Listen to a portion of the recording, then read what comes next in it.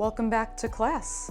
This is part 2 of our 3-part Pilates Foundation series. So we're going to take the concepts and the drills that we did in the first video that I'll link somewhere about here, and we're going to add on and elaborate upon them to up the ante a little bit and challenge your mind-body connection. So with that, let's hop right in. Let's meet lying down on the mat and we'll move through our pelvic tilts. All right, greetings from the floor. We're gonna move through those pelvic tilts. So from here, hands come to the hips or they can be long down by your side. I'll play with a couple of variations here and we're gonna move with a little bit more flow than in part 1. So let's begin. We're going to scoop the abdominals out, tuck the lower back to the mat, but the booty stays down. Now hold for a moment. Maybe give a little bit of push onto your hip points with your hands if they're on your hips. How much length can you create in the lower back and pull the abdominals into that space that you're creating? Now keep that length as you reach the tailbone long to your heels. And then scoop and pull in. And find your arch forward. Let's move through a few more of these, creating space to move into. And as you're moving forward and back, once again, isolation work. We want to stay pretty unmoving elsewhere in the body. And we also want to stay level in the rest of the body. So we don't want to be leaning more to the right or the left here. We want to find that magnetic center line and connect right into it. You have 2 more times. This last time, you're going to find that level position, and then we'll hike that right hip up, shorten that one side, and then come back through center and change. Once again, finding the abdominals to access this. If I look at you from the side, I shouldn't see anything shift forward or back. So it's as if you're sandwiched between 2 panes of glass when you do this. This next time, we'll turn this into a pelvic clock. So the right hip is hiked up. We're gonna go onto that lower back into the posterior tilt. You shift over to the left, draw it forward on your left, and over to the right. Now turn this into a circle. 3 more times, trying to connect the dots of the movement. This is your last time. And then we reverse the circle. Keeping the upper body soft, soften that front of the throat. 2 more times. Last time. All right, rock yourself side to side. Take a moment, shake it out. From here, we're going to elaborate more on our upper body. So taking the arms up to the ceiling, your pelvis is nice and level. We have that nice long engaged position that we worked on in part 1. Now from here, we played with shoulder shrugs. So the shoulders coming up towards the ears and the shoulders plugging down the back. Let's take that 2 more times. Feeling that movement more on the back than on the top of the shoulder. Now let's do a couple protraction and retraction. You slide the shoulder blades off your back and then plug them back in, squeeze an imaginary pencil behind you. Once again, finding this movement more from the back. Now find in between those 2 extremes, find those wide collarbones. You feel that engagement of the complete shoulder onto the mat. Keep the sternum soft, try not to pop the chest off of the mat. Let's play with range of motion. From here, we're gonna take both arms, you're gonna reach them back behind you until your biceps frame your ears.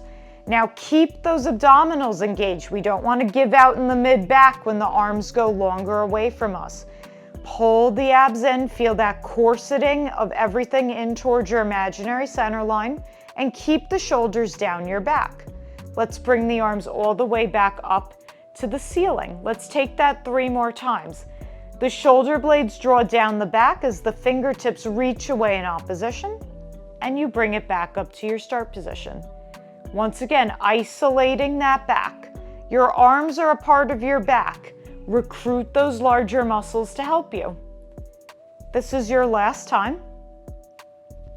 returning the fingertips to the ceiling. Now from here, turn the palms to face each other and bring a soft bend into your elbows. We're going to take the arms out to the side and bring them back in into a little bit of a hug a tree or a chest fly position. And as the arms come out and in, once again, we want to avoid shifting side to side or changing anything in the body. One more time. This time you're going to open your arms out to the side and keep them there. Let's straighten them a little bit more, and we're going to play with internal and external rotation at the shoulder. So from here, I want you to imagine that your arm bone is like a doorknob. You're going to turn the doorknob to bring your thumbs to point up to the ceiling, and then you're going to turn out, maybe the pinky start to draw up towards the ceiling. So we're rotating right in that shoulder joint. Nothing else is changing, just the arms are moving. Try that one more time. We'll end with the palms facing to the ceiling. You take the arms back up towards the sky. Now we can do rotation here. Turn the palms to face away from you, and then turn them back. Bring the palms to face your face. Turn, and we're playing with that rotational movement in the arms. We'll turn this into a full circle. Turn the palms to face away from you. You reach the arms back to frame your face. Now you circle them around, bring them back up to the ceiling. Now as you open and circle especially, work to keep that centering of the abdominals. One more time. And now we reverse the circle. You lower, rotate palms to the ceiling, open circle, press the palms down to the floor, and then take that 2 more times. Moving along your back. Last time. Bring the arms all the way down to the mat, rock yourself side to side, take a little quick release. All right, upper body is warm. Let's bring the legs back into the picture. Let's begin with that single leg march that we worked on in part 1. You're gonna take that right leg, thigh bone lifts up to tabletop, and then hinge at your hip. Long thigh bone draws forward as you lower the leg back down. And then we change legs, left leg lifts up. Nothing changes in your pelvis as you lengthen the thigh bone away and pull the abdominals in and up in opposition. Let's take that 4 more times. Upper body is long, wide, and engaged towards the mat. You're pulling the center of the thigh bone in with your stomach, creasing at those hips. Pelvis is nice and level. Soften that throat. Don't tense up. All right, we add on the right leg lifts. The left leg lifts to meet it. Now the right leg lowers and the left leg lowers. Now lift the left leg. Right comes to meet it. Find those inner thighs together. Right leg lowers, then left. Right and right. I mean left, now left. Coordination. Lift the left and right and right and left. One more time, starting with the left and then lowering the left. Nice. From here, you're going to lift both legs up to tabletop. You're going to keep both legs here. Now we're going to find a little change in the air with our march. So instead of coming on the floor, we start lifted. You're going to lower your right heel towards the floor. It's not about getting there. It's about working that length in the thigh bone and the engagement of the abdominals so that we don't give out in the mid-back. And then pull the leg back in, change sides. And bring it back in. Try that 4 more times. And lift. For 3. And lift. Exhale as you lengthen. Inhale as you pull in. Last time.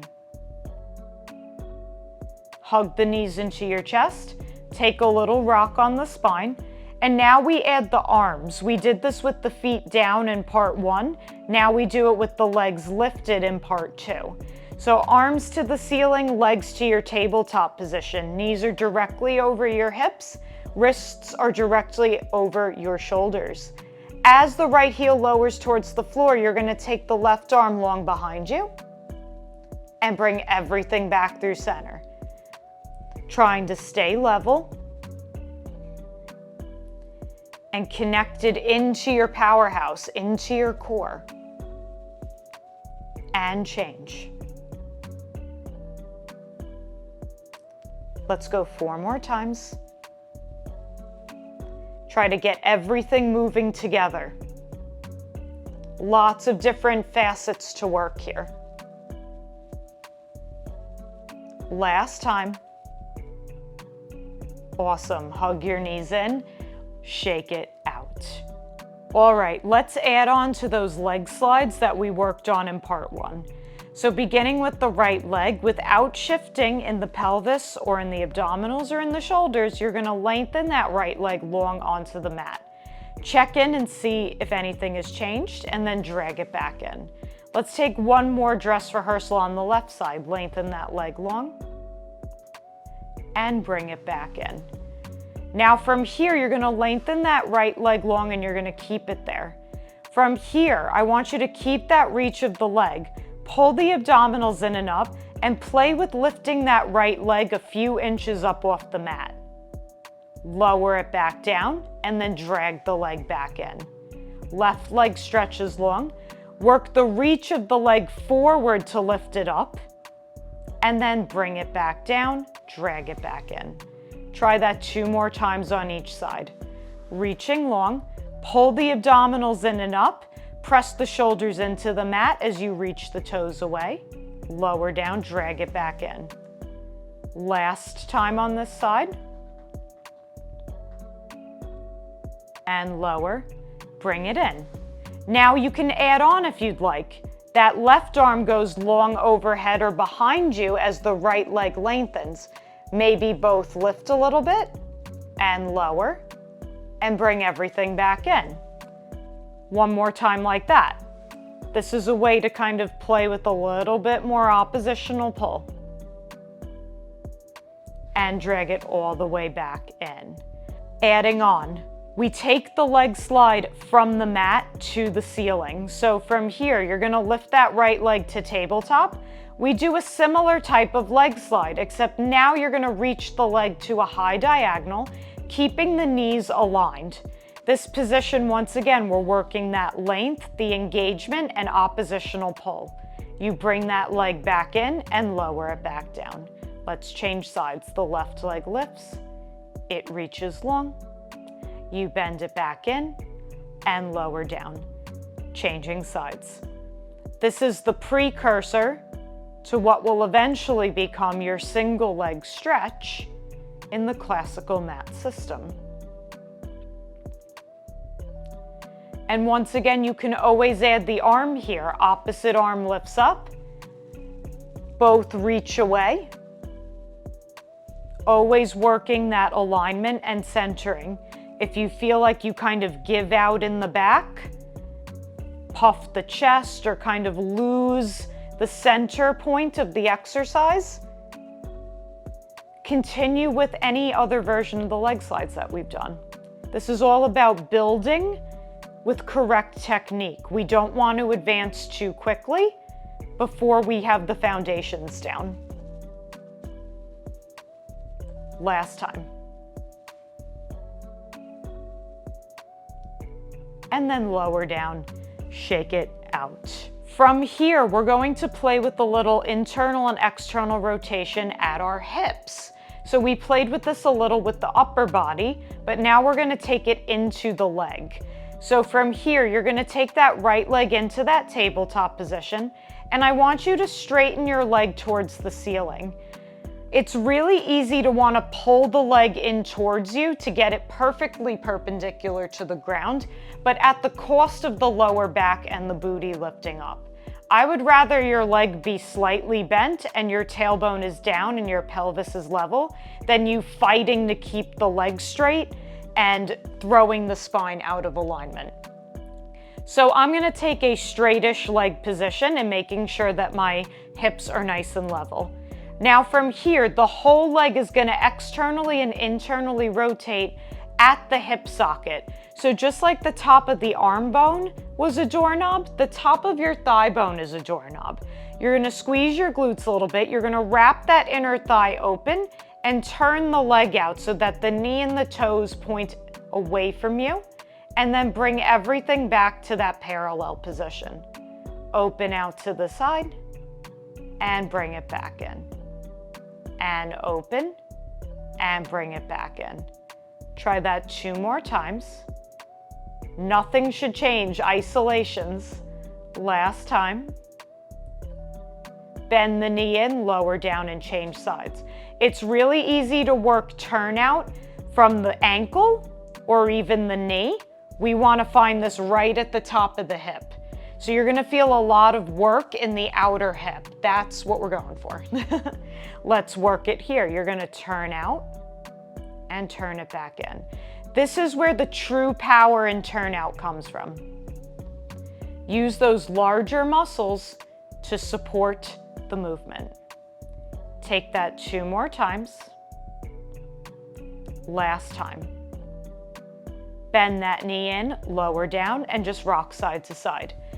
You might see and feel a lot of asymmetry with internal and external rotation. That is totally normal. We are not symmetrical beings, and that's why we work both sides, same amount of reps. All right, we're gonna add in a new fundamental. We're gonna start working on our Pilates curl. So this is that crunch position, you could say so, that we do in a lot of our classic Pilates exercises.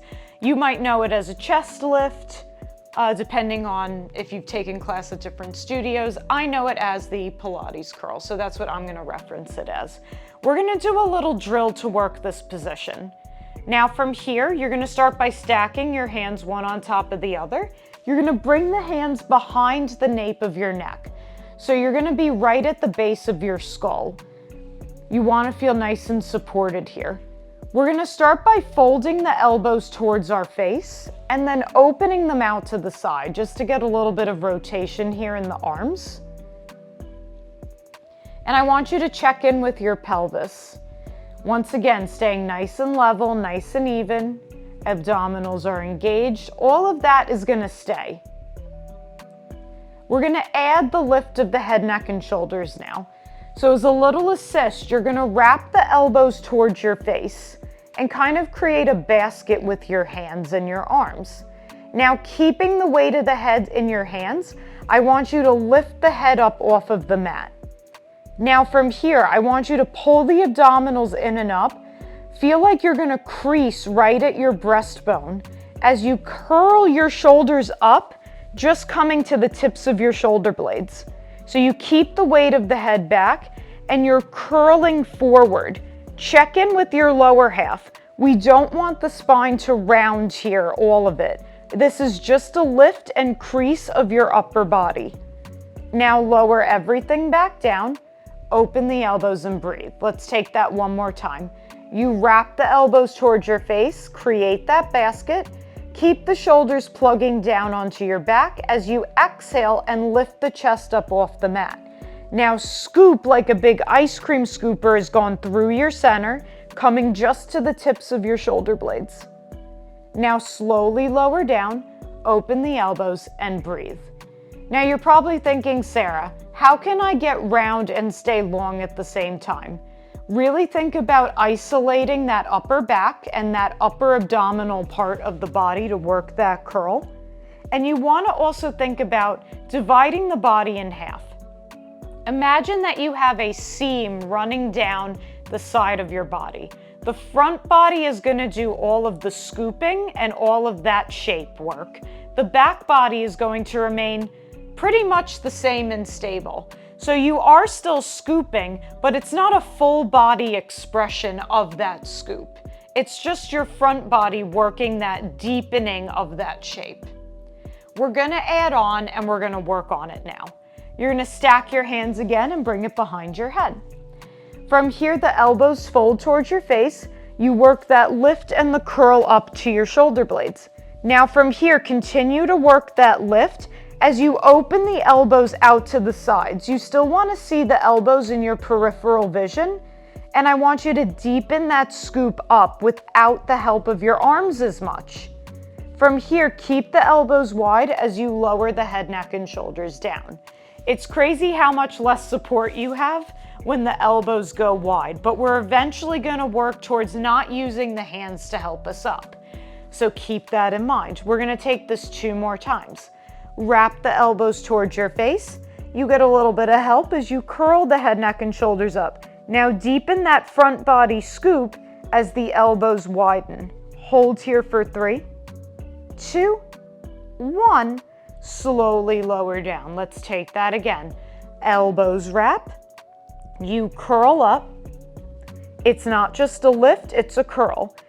Check to make sure that the gaze is down towards your waist as you open up. Keep that back of the neck nice and long. Hold for 3, 2, 1, lower down, shake it out. All right, final thing with our curl.